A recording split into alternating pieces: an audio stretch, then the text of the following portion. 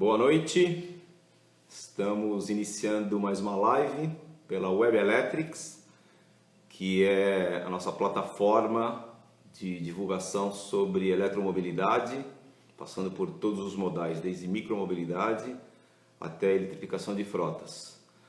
Essa noite a gente vai ter um papo com o Sérgio Jimenez, que foi campeão pela Fórmula E, está entrando aqui agora o Sérgio, vou deixar ele falar. Vamos lá. O Sérgio está entrando agora. Como a gente estava falando, boa noite para quem está entrando. Fala, André. Tudo bem, Sérgio? Como é que tá? Eu estou bem, e você? Graças a Deus, tudo em ordem. Então tá Eu joia. estava falando sobre o Web Electrics, sobre essa nossa novidade, que é falar sobre elétricos na pista. E nada melhor do que falar com um campeão, né, o primeiro campeão mundial da escuderia Jaguar, correu com a I-Pace. O Sérgio tem uma carreira clássica no automobilismo, começou com kart, Isso aí. passou para Stock Light, que na época tinha outro nome, e foi galgando uma carreira muito bacana internacional no automobilismo. Mas acho que a melhor pessoa para falar sobre isso é ele mesmo. Sérgio, faz uma apresentação, fala sobre a sua carreira e logo depois já emenda no que te incentivou a partir para os elétricos. Tá com você. Bom, André, obrigado aí pelo convite, estar participando aqui da live aí com a Web Electrics. Bom, minha carreira aí são 26 anos aí de estrada, né? Bastante tempo nas pistas já. Comecei no kart, como todos, e depois segui. Na época, o objetivo era poder participar, querer chegar na Fórmula 1, né, que era o objetivo principal na época, e trilhei uma carreira de Fórmula para poder tentar chegar até lá. Mas, enfim, a gente Legal. sabe o quanto difícil e quanta coisa precisa estar junto, né, para a gente conseguir juntar, né? Ou seja, tá aí com o patrocinador na hora certa, no momento certo, tá num bom momento de carreira e tudo mais. Não depende só da pilotagem, né? De pista, né? De velocidade. E então eu consegui chegar até longe das condições que tinha e tudo. Nunca foi fácil, né? Conseguir patrocínio e apoios. Então eu cheguei a andar até a GP2, que é a categoria que antecede a Fórmula 1 na época, né? Hoje é a Fórmula 2. Depois eu cheguei até a andar na A1GP, que era uma categoria que Legal. os carros eram de Fórmula, mas eram representados pelas nações. E eu representei o Brasil. Na época foi muito bacana, porque eu trabalhei diretamente com o Emerson Fittipaldi ali, que era o diretor esportivo da equipe. E nós trabalhamos muito juntos ali em acerto de carro e tudo mais. Então foi uma experiência muito bacana que eu pude Belo que eu tive professor. ali. Demais. O Emerson, como nessa parte, fantástico. Não é à toa que foi campeão aí de Fórmula 1 e Indy e tudo mais. O cara conhece muito de carro mesmo e foi uma experiência incrível para mim poder participar com ele, trocar informação de acerto de carro, de mola. Então, isso foi uma experiência muito bacana que eu guardo comigo bastante. E depois, enfim, fiquei velho, né, para seguir o Fórmula e acabei voltando para o Brasil e nesse momento consegui migrar ali para Stock Car Light, né, que na época se chamava Stock Car Light, hoje volta a ser esse nome, e participando na minha primeira corrida de turismo, eu fiz pole, melhor volta e venci lá no Rio de Janeiro em 2008, com a escuderia 111, a 2009. E ali Bacana. eu comecei minha carreira no turismo, né? Comecei minha carreira no turismo ali em 2009 na Stock Light. E aí fui Stock Light, fiz GT no Brasil, fiz GT, o Campeonato Mundial de GT, o GT World que chamava. Depois eu voltei para lá com o BMW Team Brasil, um projeto incrível do Antônio Herman, que era patrocinadores, pilotos, mecânicos, engenheiros, tudo brasileiros, né? E nessa época eu corri com o Kaká lá de parceiro. Primeiro ano corri com o Ricardo Zonta e depois com o Kaká. Quer dizer que E a tua nesse história com o meio... Kaká vem de bem antes dos elétricos. Vem da GT. A gente já tinha corrido juntos em 2013. 2013 não corremos como parceiros, mas sim na mesma equipe, né? Porque no GT as corridas são em duplas, então você troca de piloto no meio da prova e tudo mais. Então eu corri no primeiro ano eu corri com o Ricardo Zonta, e no segundo e no terceiro ano no BMW Team Brasil corri com o Kaká, né? De parceria mesmo com o Kaká.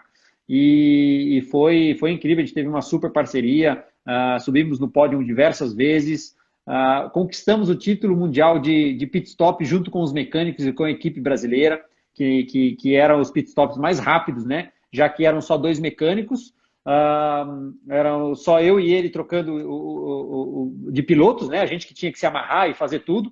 Então foi muito bacana a experiência. Imagina se amarrar e trocar dois pilotos para fazer o teu pit stop. Como é que faz? Dois mecânicos, né? Dois mecânicos. E a gente tem o recorde até hoje de pit stop mais rápido lá da história, que foi 17,9. Né? Os mecânicos fizeram a troca de 4 pneus em 17,9. E eu e o Kaká trocando de pilotos também muito rápido. Então foi uma experiência bacana ali, 2013, 14 e 15. Então eu e o Kaká já tínhamos trabalhado juntos ali nessa época. Corríamos também como concorrentes na Stock Car, né? Então, eu entrei na Stock Car em 2013, fui até 2018, na metade do ano, quando eu entrei num projeto bacana, mas não conseguíamos dar sequência, que o patrocinador acabou não dando sequência e abandonei a temporada no meio. E foi ali que começou a minha história nos elétricos, na verdade, né? Em 2018, ali na metade do ano, mais ou menos, foi quando eu fui... sabendo que a Jaguar tinha lançado um campeonato em 2017, né? Ela lançou, na verdade,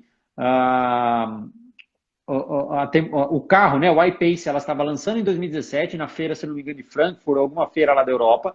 No mesmo ano, ela lançou também a categoria, dizendo que a categoria começaria na temporada 2018-2019, junto com a Fórmula E, né? E quando apareceu essa oportunidade lá em 2017, eu já comecei a fuçar empresas e coisas que, óbvio, que trabalhavam com energia, né, que tem tudo a ver com carros elétricos. E isso foi ali no finalzinho de 2017, comecei a procurar mais coisas em relação a isso. E até que eu conheci através de um amigo, né, um amigo, na verdade, que é o Caio Lara. O Caio começou a trabalhar numa empresa chamada Capital Energia, que é uma empresa que é uma trading de energia, né? Ela compra e vende energia no mercado livre, né? De energia que pouca gente sabe, mas existe, né? É o mercado livre de energia para grandes empresas, né? Então, onde o pessoal compra energia e vende energia, enfim, tem todo um processo aí, como se fosse uma bolsa de valores. E eu conheci o Caio, né? Já conheci, o Caio começou a trabalhar nessa empresa e coincidentemente conversei com ele sobre isso, ele falou também sobre, até que ele me apresentou daí sim para o pessoal lá da Capital Energia, o Daniel Rossi, que até vi que entrou aqui, o Daniel está acompanhando a gente, um abraço, meu parceiro aí, legal. Danielzão, e o pessoal todo lá, o Rafa, o Cleiton, enfim, todo mundo da Capital Energia, que a Capital Energia estava entrando num novo projeto, que era o projeto ZEG, né? Que é produzir do lixo a energia, né? E foi quando, felizmente, a gente chegou no momento certo. Eu conheci o Daniel um pouco antes, ali em janeiro, fevereiro. Eu lembro, a gente foi almoçar juntos e nos conhecemos ali e tal. E aí, bateram papo, ele falou, eu tenho interesse, acho legal, automobilismo e tal. Ele falou, não, eu vou patrocinar um dia que tiver alguma corrida de carro elétrico, 100%. Falei, então tá bom. Você vê, né? A categoria define também o tipo de patrocinador, não é isso? São novos mercados, né? Novos mercados que foram se abrindo. Elétricos, né? Exato, novos mercados que foram se abrindo e, claro, tinha tudo a ver com o negócio, né, deles e, ao mesmo tempo, com um novo projeto, que é a ZEG, né? Nosso patrocinador, que é a ZEG, Energias Renováveis, ou seja, do lixo nós transformamos em energia, 100% do lixo, tudo que existe, a ZEG transforma em energia, né, através de um reator. É um projeto fantástico, que eu vou te dizer que vai resolver aí o problema de muitas pequenas cidades, que hoje é um grande gargalo que nós temos aí, o lixo, né? A gente nem sabe, eu também não sabia, fui aprendendo, né, devido a estar junto com a empresa e também sou bastante curioso, então fui fuçando. Então, realmente, o lixo é um problema do Brasil, certeza absoluta, já que a gente tem, sei lá, 95% das cidades, menos de 100 mil habitantes, né? Então, não comporta ter, sei lá, lixão ou um aterro gigantesco, ou até o próprio reator gigante que custa milhões e milhões e não se paga numa cidade pequena. Enfim, a ZEG tem um projeto fantástico que ela consegue atender uma cidade de 50, 100 mil habitantes né, com o reator dela queimando todo o lixo. Sustentável, Queima lixo gerando e transforma em empregos. energia elétrica. Exatamente, sustentável, gerando empregos, transformando 100% do lixo em energia. Então, ela realmente aproveita tudo, né? 100%. Ela aproveita 100% e isso é muito, muito, muito legal. E aí, nesse meio tempo, o Kaká tinha acabado também de entrar para a Jaguar, né? Como a Jaguar estava voltando aí, e, obviamente no automobilismo com a Fórmula E, já havia voltado 2 anos, e ela veio forte no Brasil e estava também buscando nesse projeto novo do Jaguar I-Pace Trophy, poder estar participando com uma equipe brasileira.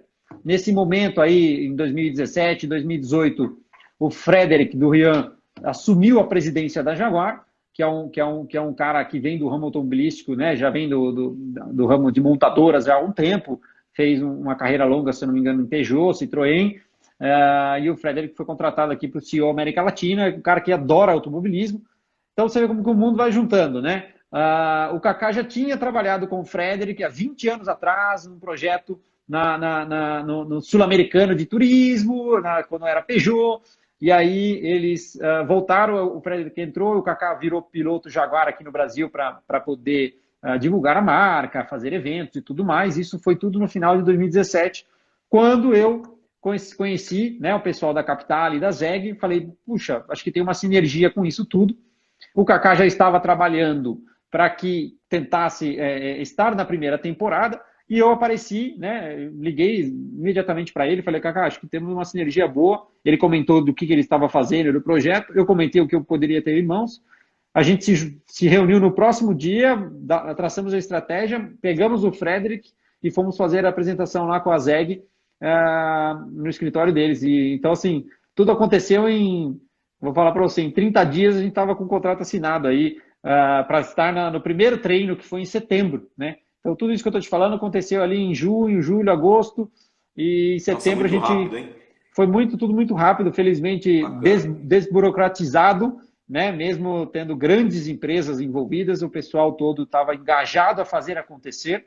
Eu acho que isso é muito importante. Teve pessoas muito importantes no projeto que fizeram acontecer junto, né? Pessoas dos bastidores ali, como a Patrícia, foi extremamente importante para fazer acontecer de marketing, e o Paulo, enfim, teve uma galera toda ali que participou da Jaguar, e o pessoal, claro, da ZEG ali também empurrando muito. Então, acho que... E junto veio a iCarros, né? O iCarros, o parceiraço também, que há anos trabalha com o Kaká, né? Então, a gente conseguiu se juntar e estar presente no primeiro campeonato mundial de carros elétricos de turismo, com um super apoio de uma montadora brasileira, desculpa, uma montadora, né, que é a Jaguar, é uma montadora inglesa, no caso, mas a divisão, vamos dizer, a América Latina, porque não era nem Brasil, América Latina, e nós colocamos 2 pilotos brasileiros, 2 patrocinadores brasileiros, e nós fomos para lá como a primeira equipe aí 100% nacional também, posso assim dizer, representando aí grandes marcas do Brasil, e 2 grandes pilotos, e fizemos aí... e o resto é história, né? Que a gente vai contar um pouco aqui agora. Bacana. Estão aparecendo algumas perguntas aqui. Tem uma curiosa que veio de um dos nossos ouvintes. Ele perguntou se existe algum reabastecimento em box ou alguma recarga rápida quando você para. Existe isso, Sérgio? Sim, nós temos lá os recarregadores, né? Óbvio, dos carros.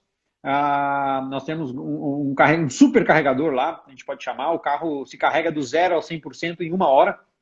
Então, esse carregador ele permite com que a gente faça os treinos, 2 treinos no dia, né? 3 treinos no dia, se for preciso.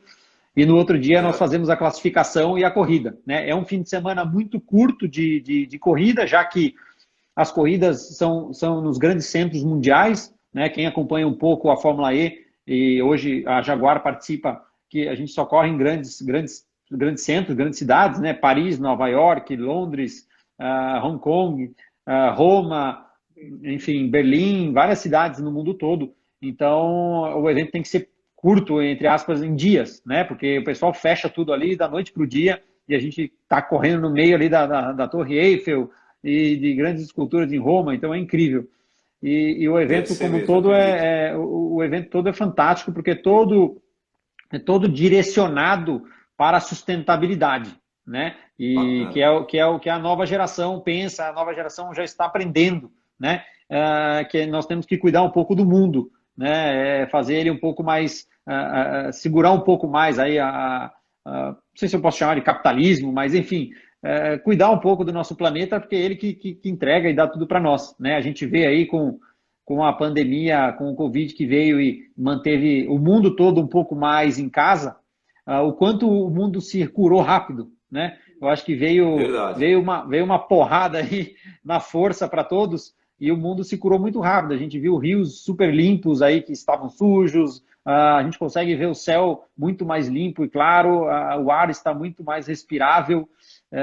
Isso é fato, né? Acho que todo mundo percebeu isso.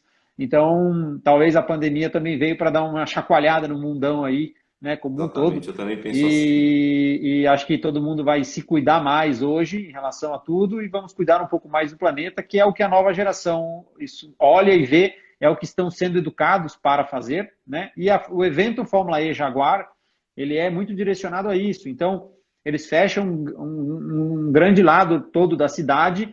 Ali eles criam um parque temático praticamente, então tem brincadeiras para as crianças já direcionada à reciclagem, né? Como fazer, como cuidar, então como cuidar melhor do planeta. Aí tem palestras de várias pessoas, várias coisas acontecendo no momento. Então nós temos também comidas já mais, não sei se pode chamar sustentável, né? Mas É, é vegana, sei produção lá, menos agressiva ao meio ambiente, né? desse jeito aí que o pessoal gosta sendo bem feito é É, gostoso, não. natural, né? Então nós temos como reciclar o lixo, como você cuidar do lixo em casa, uma coisa que ninguém faz. Se você pensar, é uma coisa tão simples, né? A gente poder separar ali básico, né? O que é comida, resto, o que pode ser plástico e vidro. E nós não temos essa cultura, né? Pelo menos a minha geração aí, a sua também. Eu acho que as mais novas a gente já percebe. Eu tenho filho de amigos que é engraçado, o pessoal fala que os filhos já cobram, não deixa a água ligada quando vai escovar o dente, não deixa não sei o quê. Então isso já é uma cultura nova, que nós não tínhamos, né? Nós deixa tudo ligado e vamos gastando tudo e luz ligada, só quando dói no bolso que a gente sente daí, né?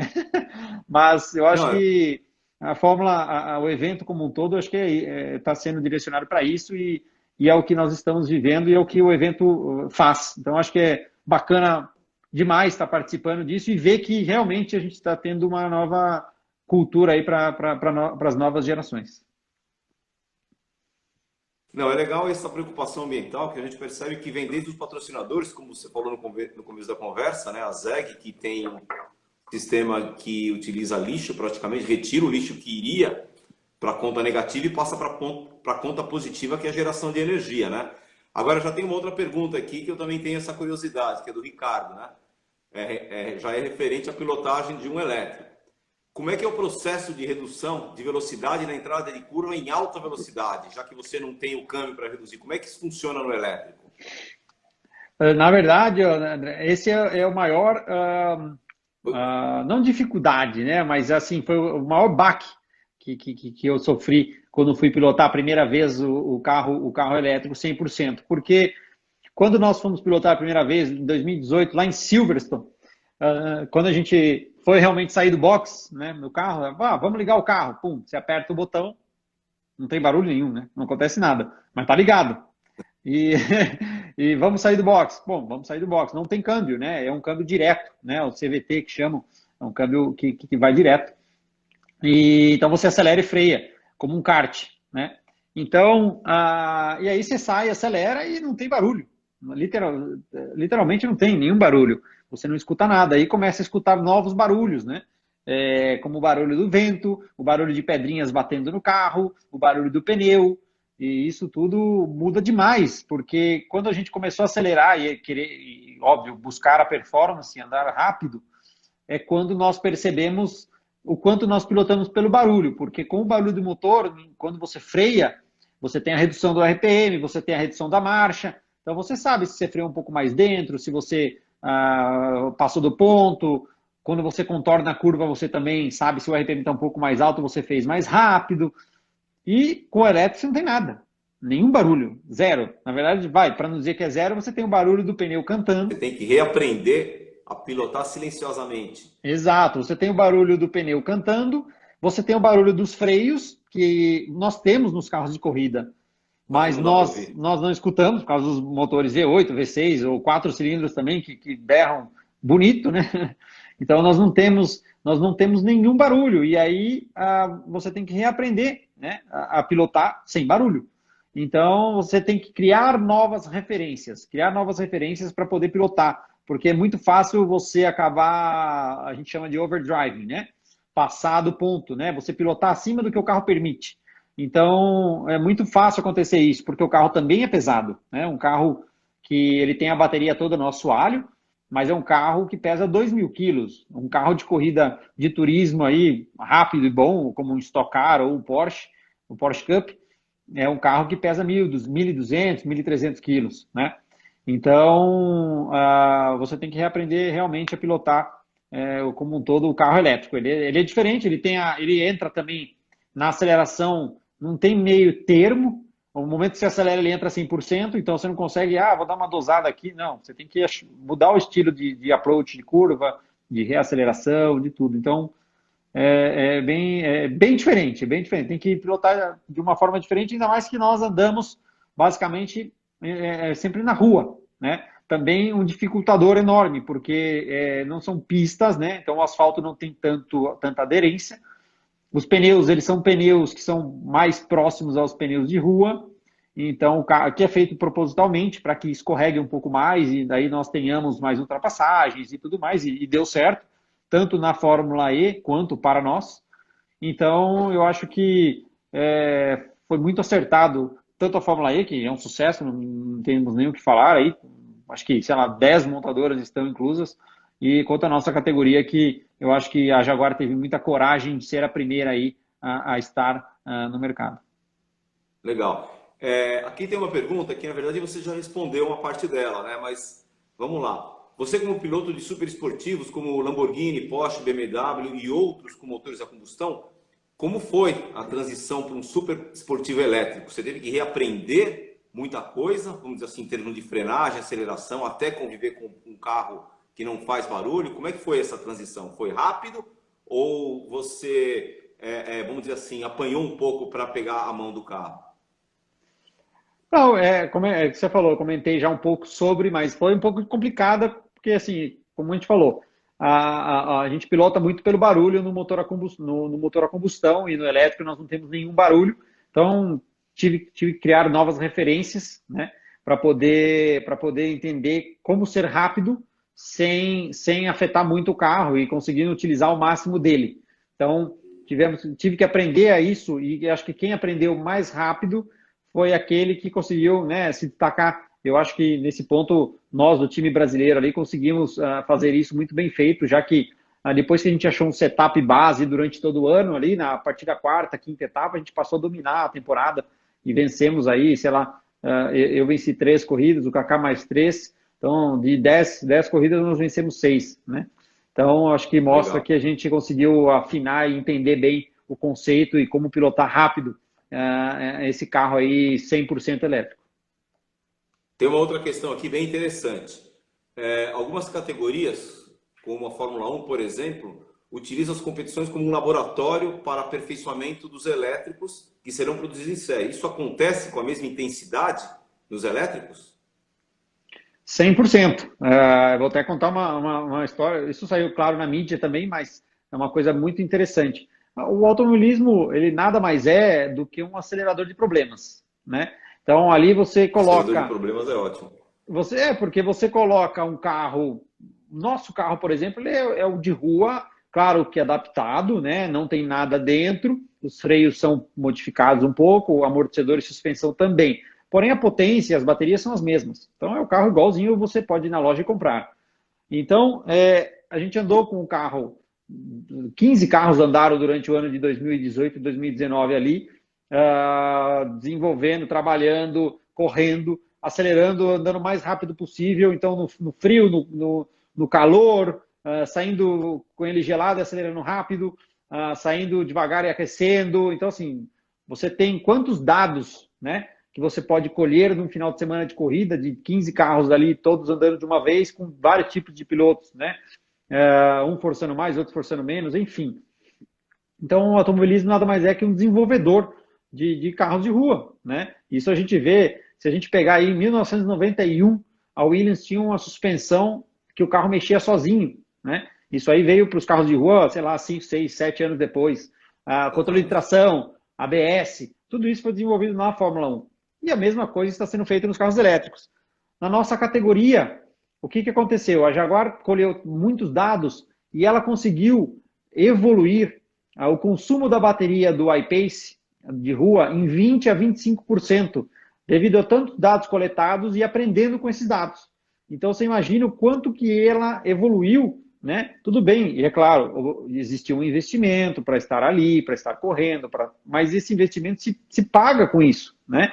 Tanto que o iPace, ele foi um carro que era para ser lançado, no começo, a expectativa era de 200 km de autonomia. Durante esse ano que eles foram desenvolvendo o carro, 2017 até o lançamento em 2018, dezembro de 2018, eles aumentaram de 200 km para 474 km a autonomia da bateria do carro. Então, a gente percebe o quanto o automobilismo, sim, ajuda, né, a desenvolver o carro e poder botar ele, usar isso para a rua. Então, acho que isso é Quer muito, dizer que já muito houve um bacana. ganho em termos de baterias, como você falou, né? E aqui tem até uma pergunta que vai em cima do que você acabou de comentar, né? Tem uma questão sobre autonomia em corrida, já que vocês andam praticamente com o acelerador a pleno. Qual nessa carga máxima, qual que seria a autonomia de um iPace, por exemplo, dentro de uma corrida? Hoje, a nossa corrida hoje, ela tem 25 minutos mais uma volta, tá? E isso, a gente, desde da primeira etapa até a última da temporada 2018 para 2019, sempre sobrava ali 33% de bateria. Então ainda tem uma sobra considerável e razoável, né? Mas o pessoal preferiu manter assim, exatamente para poder estudar, aprender, enfim. Foi um primeiro ano, né? Desculpe. E depois, no segundo ano, foi aí criado o Attack Mode, né? Que é nada mais que como se fosse um push to pass, ou seja, nós ganhamos ali praticamente 100 cavalos de potência quando nós passamos num lugar onde você é obrigado a passar. Então você aperta um botão, passa nesse lugar, você ganha 100 cavalos de potência durante 1 minuto e meio. Aí varia pista a pista, né? E nós continuamos tendo essa autonomia grande e terminando a corrida ainda com 33%, 34% de bateria, mesmo agora tendo duas possibilidades de utilizar 100 cavalos a mais durante a corrida. Isso tudo veio do desenvolvimento da Jaguar com o carro, com o elétrico, né? Então, nós até pedimos para que a corrida fosse um pouco mais longa, né? Porque acho que dá uma emoção a mais, mas eles preferiram manter isso e dar-nos mais potência. Então, hoje nós temos mais potência e ainda temos bateria. Então, acho que, com certeza, no futuro próximo, e de novo, cada ano, a cada etapa, na verdade, e a cada treino, vai se desenvolvendo e aprendendo mais sobre o carro, sobre as baterias, e isso só vai... porque hoje o que limita o carro elétrico nada mais é do que a autonomia, porque a performance dele, se você colocar o pneu slick num carro, ele vai virar tão rápido, ou se não até mais, do que uma combustão, né? Então, hoje, que realmente o que limita ele são as baterias, que vai ser desenvolvido aí a cada treino e a cada andada na pista. Legal. Tem uma outra pergunta aqui, que também acho que complementa o que você estava falando. Quanto à sensação de pilotagem, os carros elétricos de rua são muito rápidos em termos de aceleração e retomada. Os carros preparados para competição, no caso o iPace, ele é proporcionalmente tão mais rápido também? Vamos comparar um carro de corrida elétrico com um carro de corrida a combustão, um carro de rua elétrico, um carro de rua a combustão. Ele é proporcionalmente tão mais rápido também? No caso do iPace, nós temos a mesma potência, tá? É a mesma potência que nós andamos na pista. Hoje é o carro que ele tem a potência na rua, tá? Então, nós temos aí a mesma potência hoje no carro elétrico. Agora você me pegou em quilowatts, né? Não lembro. Precisa puxar lá. De cabeça, realmente você me São dois pegou. motores, né? A iPace. Na verdade, são dois motores na frente, né, ligados a um eixo, e dois motores atrás. Só que ele o assoalho dele é todo de bateria, né? Então, é dali que, obviamente, que sai, as baterias jogam potência para esses motores nas rodas, né?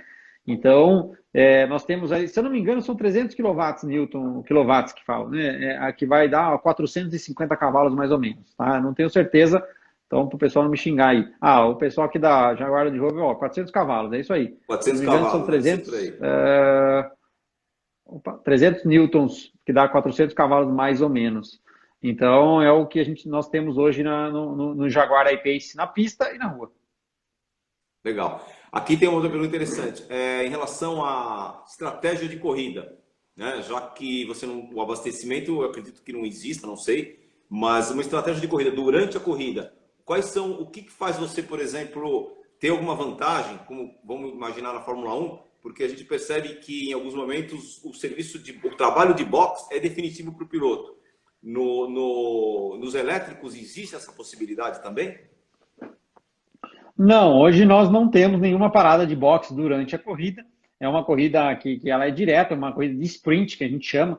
Então nós largamos ali e é definido realmente na pista, né? A grande coisa nova que existe e foi colocado nessa segunda temporada é o Attack Mode, né? Que eu cheguei a comentar, que é nada mais do que um push, né? Nós ganhamos 100 cavalos a mais. Então, quando nós estamos na pista, é definido um local. Nesse local, nós temos que cruzar duas linhas, a linha de entrada e a linha de saída, né? Você anda cerca de, sei lá, 10 metros. Dentro desses 10 metros, você tem que andar. Antes de entrar nessa linha, você aperta um botão no volante e aí ele aciona. Quando você passa ali, você carrega e aí sim você tem um push, né? Você tem 100 cavalos a mais. Para quem jogou da nossa geração aí, igual o Mario Kart. Passou no Certo, turbinho você lá, ou passa pegou a... naquela pista que te acelera. Isso, é a mesma coisa. Ou pegar a Bacana. E estrelinha, você pega a acredita que isso estrelinha. possa ser utilizado em estradas como um carregamento mais rápido ou como alguma coisa que possa contribuir para a autonomia, a potência? Sim, até acho que eu li alguma coisa que o Elon Musk já estava querendo fazer uma rodovia ou fazer, sei lá, X quilômetros onde o carro ficaria na direita, que seja, passando ali e recarregando, né? Se fosse um carro com uma possibilidade. Então, eu acho que isso é uma realidade, sim. Não muito distante, eu acredito. Mas claro que tem que ter aí todo um processo aí de Todo um desenvolvimento, entender preparo, né? onde vai ser o preparo, como é que vai ser colocado, como que o carro vai carregar, enfim, mas eu acho que é plausível, é uma coisa que a gente não imaginava 5 anos atrás, mas eu te digo que é bem Pois possível é. sim. E tanto que a gente tem aí, eu estava lendo a respeito, existe já um tipo de carregador que ele é wireless, né? Você simplesmente por indução, você para o carro em determinado lugar, é instalado um equipamento na sua garagem, ele carrega o wireless. Acredito que seja a mesma tecnologia. Aqui tem uma outra pergunta importante também. Os motores elétricos são infinitamente mais simples do que os motores a combustão. O motor elétrico você tem praticamente induzido algumas outras peças que fazem com que o motor funcione por campo, né? Quer dizer, o número de peças é infinitamente menor do que a combustão. Que problemas você pode enfrentar com o motor elétrico? Aquecimento, excesso de carga? O que pode acontecer? O carro, ó, a construção, né? Eu não sou um especialista, mas vendo aí tudo que a gente está vivendo, a construção do carro elétrico ela é muito mais simples, né? Ela leva muito menos peças do que um carro a combustão. Eu até tinha lido uma reportagem, eu não vou lembrar os números, mas sei lá, o carro a combustão vai, sei lá, 50 mil peças, né? Desde a engrenagem ou do parafusinho. Um carro elétrico vai, sei lá, 5 mil, 10 mil, um negócio infinitamente menor, né? Nós temos muito mais espaço no carro, porta-mala dianteiro e traseiro, acaba criando, porque a bateria fica no solo do carro, né? Fica ah, enfim, fica no chão do carro. E nós temos ali os dois motores que ligam as rodas e que colocam potência. Então, para fazer uma revisão num carro elétrico, por exemplo, nada mais é do que pastilha de disco, né? Então, o cara acho que dá uma olhada no câmbio, que ainda é óbvio que leva, né? Um óleo de câmbio, óleo de freio. Então, assim, as revisões, a manutenção do carro elétrico é muito menor comparado a um carro a combustão, que nós temos aí um monte de coisas que precisam ser verificadas, né? Isso eu já tinha ouvido falar bastante, li bastante a respeito e é uma realidade, né? É uma coisa que já acontece e eu acho que vai facilitar, né, para o pessoal. É claro que nós não sabemos ainda o que vai acontecer com as baterias, né? Já que as baterias têm duração aí 8 anos, a maioria 10 anos, né? Eu não sei o que vai acontecer no futuro em relação a isso. Mas a gente sabe que nesse curto prazo aí é uma coisa que funciona. Bacana. Tem uma outra pergunta aqui. Relação peso-potência. Considerando, obviamente, que o carro elétrico é um pouco mais pesado, porque ele tem baterias enormes, né? Um piso inteiro. Mas o peso-potência de um elétrico de competição e o peso-potência de um carro de competição, qual que é a melhor equação? Essa pergunta do Fábio. Ainda óbvio que o carro elétrico é um carro muito pesado. Eu tinha comentado o nosso carro lá de corrida, o I-Pace, hoje ele pesa cerca de 2.000 quilos, que é muito peso, bastante peso para um carro de competição, comparado a um Stock Car. O Stock Car hoje pesa 1.200, 1.300 quilos, então ainda é bastante diferença, né? Então, de novo, eu acho que é questão de tempo. Quem é mais velho aí vai lembrar do StarTAC, que tinha uma bateria gigante e durava 2 horas. Hoje nós temos um iPhone que dura o dia inteiro, a bateria 2 dias, para quem usa pouco, entre 3 dias, né? Então é incrível e com muito mais funções. Então, de novo, acho que é uma questão de tempo ao tempo, desenvolvimento, que as coisas vão ter, as baterias vão diminuir com maiores cargas. Acho que é o grande objetivo hoje, acho que da indústria, não só automobilística, né, mas hoje quanta coisa não usa bateria, né, como um todo, e nós temos aí celulares ultra finos que já temos baterias incríveis aí. Então, acho que é questão de tempo para a gente ter isso também nos carros e poder gerar potência com um peso menor. Legal. Uma outra questão interessante. Quanto aos elétricos de rua, muitas pessoas que já experimentaram carros elétricos já estão dizendo que não vão voltar mais para carros a combustão. Nós mesmos fizemos uma entrevista semana passada com um brasileiro que comprou um carro elétrico aqui, ficou super satisfeito, e ele mesmo falou, não volto mais para os carros a combustão, não só pela questão ambiental, mas também pela questão do conforto, pela questão da aceleração e pela questão do custo, que todo mundo acredita, que é o que você acabou de falar, que quanto mais desenvolvimento e mais demanda, obviamente você vai ter mais investimento e vai cair preço, vai cair o custo das baterias.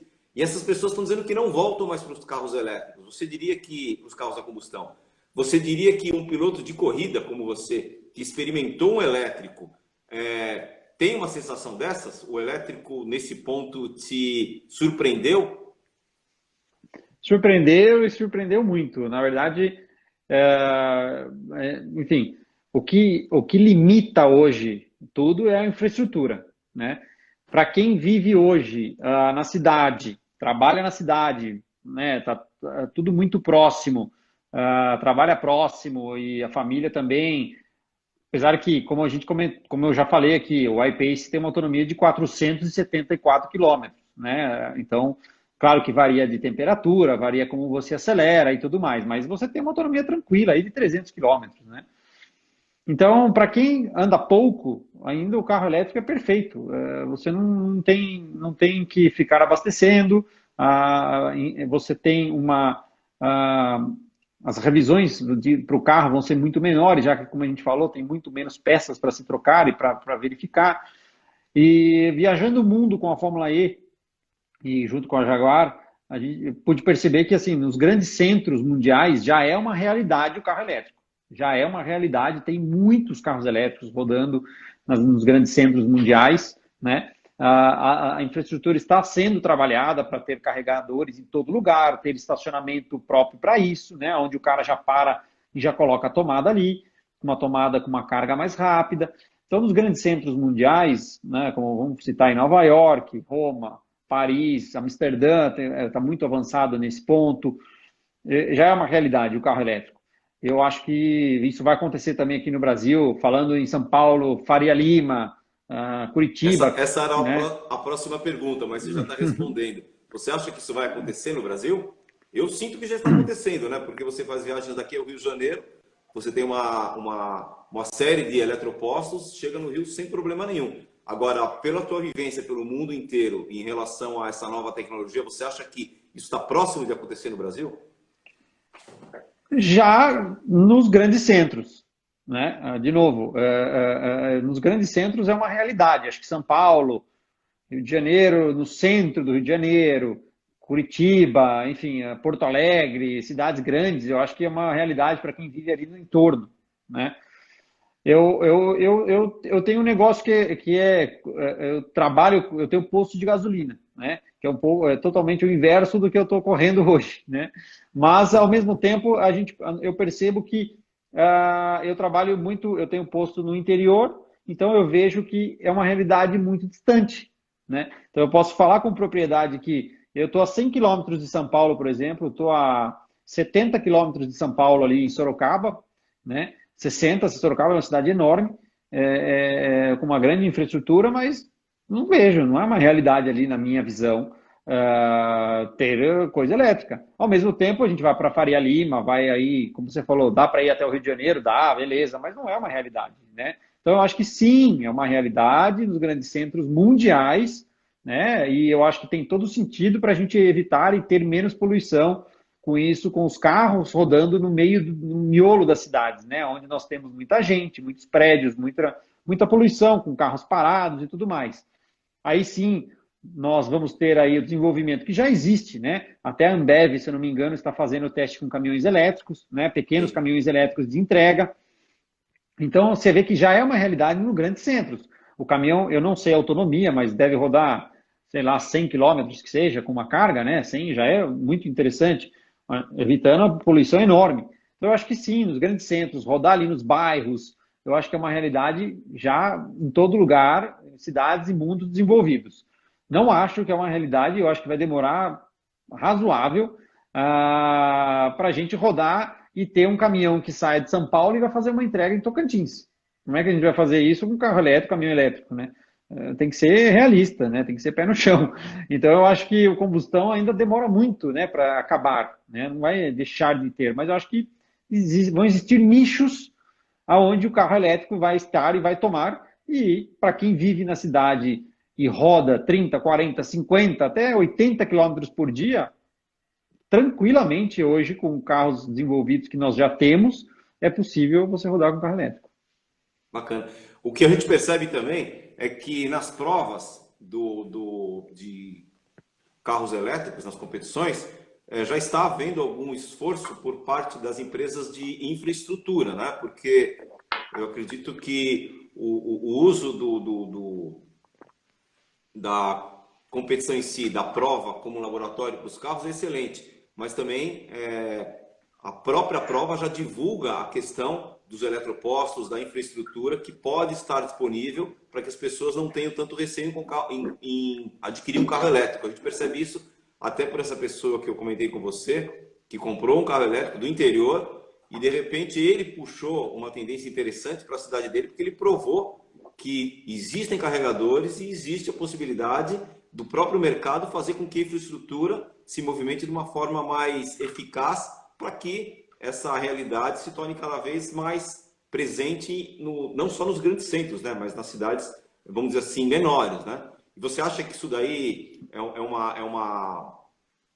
vai ser uma longa jornada ou se as empresas ou as organizadoras das competições divulgar, isso pode acontecer um pouco mais rápido? Eu enxergo que as montadoras estão fazendo uma grande força para que isso aconteça. De novo, falando do carro elétrico, é um carro muito mais, depois de desenvolvido, como nós já temos, né? Muitas montadoras já têm o carro.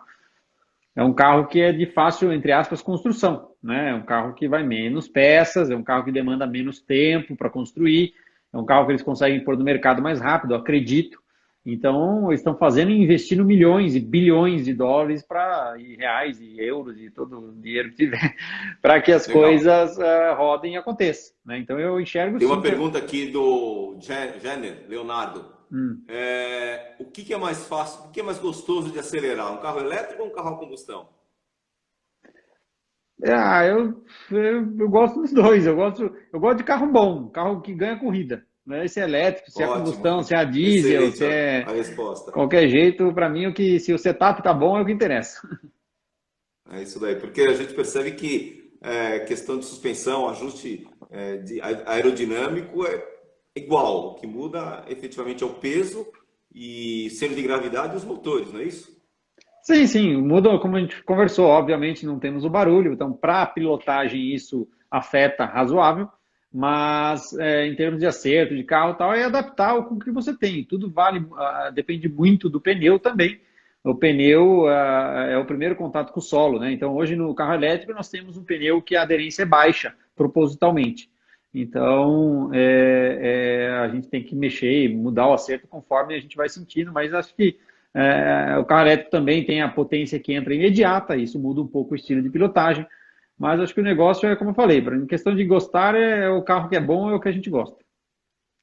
Legal. Bom, eu gostaria que você passasse mais algum recado, alguma coisa que você gostaria que as pessoas que estão nos assistindo, que eu já percebi que tem bastante gente, o que você tem a dizer sobre de uma forma geral, dessa eletrificação agora chegando nas pistas? A eletrificação é uma realidade. Eu não enxergo o fim eu não enxergo o fim das competições de combustão. Eu enxergo, na verdade, um novo mercado se abrindo, né? Um mercado de carros elétricos. Nós tivemos a Fórmula E, a primeira e pioneira. Nós tivemos a Jaguar, corajosa de fazer o primeiro campeonato de carros elétricos de turismo, né? De monomarca. Então, outras montadoras já estão atrás e vão continuar vindo atrás para que isso se torne aí um novo nicho, né? Existe a ETCR que está surgindo, que é o Electric Touring Car Racing, né? Que vão fazer aí também com algumas montadoras. No próprio evento do iPace, a Jaguar, né, já anunciou, não é uma coisa que precisa se esconder, mas a Jaguar já anunciou que não vai estar na terceira temporada sozinha, então uma possibilidade de estar uma montadora assumindo isso e ou tendo uma multimarcas. Então, eu acho que é uma tendência de ter um novo mercado, né? Um mercado de corridas de carros elétricos. Assim como de combustão, nós temos diversos aí campeonatos que acontecem e eu acho que o elétrico vai ser a mesma coisa. Legal. Bom, tem uma aqui, ó, falando exatamente sobre aquela questão da frenagem. Isso eu acho que é uma curiosidade geral, né? Porque a gente percebe que os carros elétricos, percebe não, né? Na realidade, os carros elétricos, eles têm um regenerador de energia, que quando você freia ou reduz, ele passa a recarregar. Agora, a intensidade de frenagem que você experimenta quando você tira o pé, o motor segura o carro ou o que segura é o sistema de regeneração? Ou é a mesma coisa? Não, nós não temos o freio a motor, né? Não temos. Então, que obviamente que é o RPM ali alto, a combustão, etc. No caso do carro elétrico, nós temos no nosso carro, no Jaguar I-Pace de competição, nós temos quatro, na verdade, jeitos de poder fazer isso. Nós temos o desligado, então nós temos o regen off, que a gente chama, né? A regeneração desligada. Então você freia quando tira o pé do acelerador, você não tem nada, né? Você literalmente, o carro continua caminhando, né? Não tem um freio a motor. Então você tem que parar todo no freio.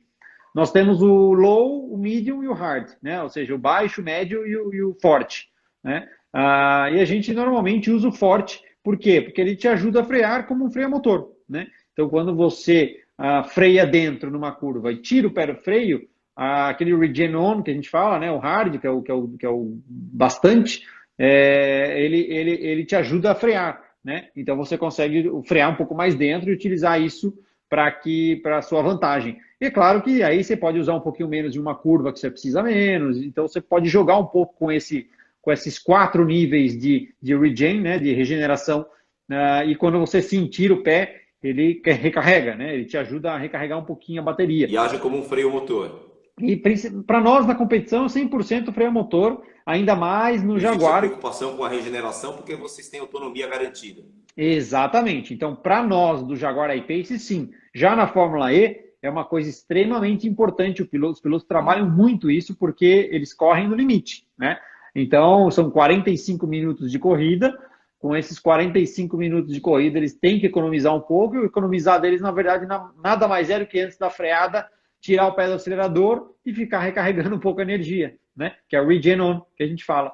E aí, claro, depende do nível, de quanto isso vai fazer ou não. Então, na Fórmula E, isso é extremamente importante. Na nossa, menos, ela funciona mais como uma coisa de performance, né? Para a gente poder usar para ir frear mais dentro ou não e ter uma parada maior ou não. Bacana. Sérgio, estamos chegando no fim da nossa live. Você tem mais alguma coisa a dizer? Não, eu O que acho que que você tirou desse tempo de experiência durante a tua carreira junto com os elétricos? primeiro que muito contente de poder participar, né? Mais do que participar, vencer o primeiro campeonato do mundo de carros elétricos de turismo, percorrer o mundo correndo em grandes centros mundiais, muito muito bacana. Acho que a história vai falar por si só. Ser o primeiro campeão, eu acho que isso aí vai estar gravado nos livros da história aí daqui 10 anos, 20 anos. Então, eu fico muito feliz de poder ter tido essa possibilidade, né, de ter participado disso, ainda mais com um time 100% brasileiro, patrocinadores brasileiros, e nós fizemos ali grande história. Então, acho que fico muito feliz de ter participado disso, e está ainda, né? Nós temos a segunda temporada que está para ser finalizada e vai ser, questão de a gente afinar aí esse Covid aí, que está todo mundo se ajustando ao novo mundo que está se surgindo.